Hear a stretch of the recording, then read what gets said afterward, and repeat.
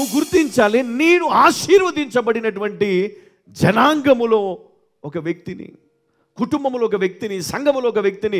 దేవుడు మమ్మల్ని ఆశీర్వదించాడు, మేము ప్రత్యేకించబడ్డాము. నేను దేవునికి చాలా స్పెషల్. దేవుడు నన్ను ప్రేమిస్తున్నాడు, దేవునికి నేను చాలా స్పెషల్ అండి.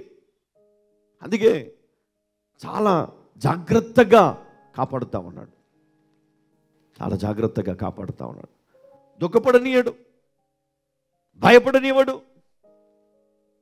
కదా, కృంగిపోనివ్వడు. 5 నిమిషాలు, ఒక 5 నిమిషాలు బాధపడతాం, 1 గంట 2 గంటల్లో. తర్వాత వాక్యముతో దేవుడు బలపరుస్తూ ఉంటాడు, స్ట్రెంగ్త్ మనకు వస్తూ ఉంటుంది. నిజమే, దేవుడు నాకు తోడై ఉన్నాడు కదా, దేవుడు నన్ను బలపరిచాడు కదా, దేవుడు నన్ను స్వస్థపరిచాడు, బ్రతికించాడు, కాపాడుతున్నాడు, ఉద్యోగం ఇచ్చాడు, వ్యాపారం ఇచ్చాడు. ఈరోజు శ్రమ ఎదురైనా ఈ శ్రమ ఉండదు, ఎందుకంటే దేవుడు నన్ను ఎన్నుకున్నటువంటి బిడ్డను. నేను స్పెషల్ దేవునికి. He loves me. నేను ఆయనను ప్రేమిస్తున్నాను, ఆయన నన్ను ప్రేమిస్తున్నాడు, నాకు ఆయన తోడుగా ఉన్నాడు. కాబట్టి నేను భయపడనండి. ఎన్ని శ్రమలు వచ్చినా, ఎంత భారం మీద పడ్డా, ఎన్ని అప్పులు వచ్చినా, ఎంతమంది శత్రువులు నిన్ను తరుముతున్నా, నువ్వు భయపడకుండా నిలిచోవాలి. ఎందుకు తెలుసా? నీ పక్షంలో ఉన్నవాడు గొప్పవాడు. హల్లెలూయా. నీకు తోడుగా ఉన్నవాడు ఈ సృష్టికర్త. ఇది నువ్వు గుర్తుపెట్టుకోవాలి. ఎవ్రీడే నువ్వు బయటికి వెళ్ళేటప్పుడు,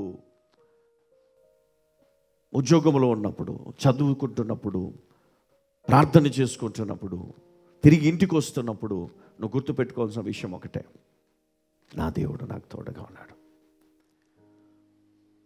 నా దేవుడు నాకు సహాయకుడు.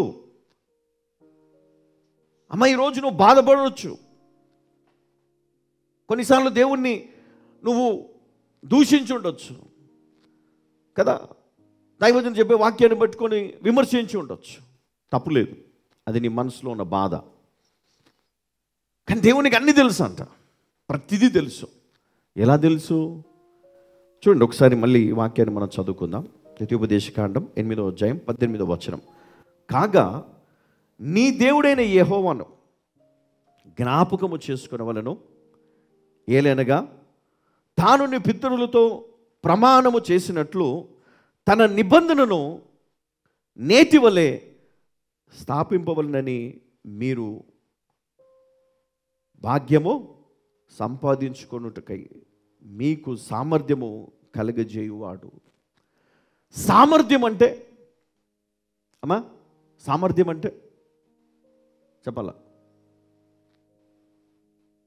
అన్ని విషయములో సామర్థ్యము అంటే ఇంగ్లీష్లో మనం చూస్తే అక్కడ వెల్త్ అని ఉంటుంది. అక్కడ ఇక్కడ మనం తెలుగులో దీన్ని ట్రాన్స్లేట్ చేసినప్పుడు మరి ఇది సామర్థ్యంగా మారిపోతుంది. అంటే మన జీవితానికి దేవుడు ఏమి ఇవ్వాలి? సామర్థ్యం ఇవ్వాలి. చూడండి, ఈ సమస్యని జయించడానికి, ఈ పందాన్ని నేను జయించడానికి, ఈ పరీక్షను నేను జయించడానికి, ఈ రోగాన్ని జయించడానికి, దేవుని పరిచర్య చేయడానికి, కుటుంబాన్ని పోషించడానికి, జీవితంలో అనేకులను దేవుని దగ్గర నడిపించి బలపరచడానికి నాకేం కావాలి? సామర్థ్యం కావాలి. క్వాలిఫికేషన్ అందరికీ ఉంటుంది కదా, అర్హత అందరికీ ఉంది.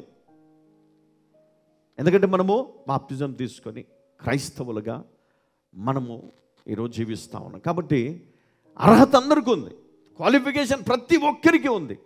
కానీ సామర్థ్యము కొంతమంది పొంది ఉన్నారు. హల్లెలూయా. సామర్థ్యం అందరికీ లేదంట. అందుకనే మనం ఏం చేస్తాము? కష్టం వచ్చినప్పుడు ఏడుస్తాం, కష్టం వచ్చినప్పుడు ఇతరులను తిడతాం, కష్టం ఎక్కువైనప్పుడు ఇతరులను దూషిస్తాం. కానీ నేను ఆశీర్వదించబడ్డ వ్యక్తిని, దేవుడు నాకు తోడై ఉన్నాడు అని నువ్వు జ్ఞాపకము చేసుకోవట్లేదు చూడు, అది పొరపాటు. అది మనం చేసే పొరపాటు. ఒక వ్యక్తి తన జీవితంలో చాలా సక్సెస్ అయ్యాడు. జాబ్ కావచ్చు, వ్యాపారం కావచ్చు, లేకపోతే కుటుంబంలో అందరితో కలిసి ఉండడం కావచ్చు, సమాధానంతో కావచ్చు, అంత బాగానే ఉంది. అయితే తన జీవితంలో ఏదో ఒక విషయంలో చాలా బాధపడుతూ ఉన్నాడు. తనకు ఒక వ్యాధి వచ్చింది. డబ్బు ఉంది, జనాలు ఉన్నారు, ఏదంటే చేయడానికి మరి మంచి విశ్వాసులు ఉన్నారు ఆయనకి, చాలా పరిస్థితులన్నీ కూడా చాలా ఆశీర్వాదకరంగా ఉన్నాయి. కానీ ఆ రోగం మట్టుకు పోయే పరిస్థితి లేదు, ఆ రోగం తీసేది మట్టుకు లేదు, మందులకు తగ్గదు. అలా అని ఇంకా ఏదైనా చేస్తే తగ్గుతుంది, ఏం చేసినా తగ్గదు. ఒక మార్గం ఉంది. అదేం మార్గం అంటే దేవుడు ఒకడే దీన్ని తీసేయగలడు అద్భుతంగా.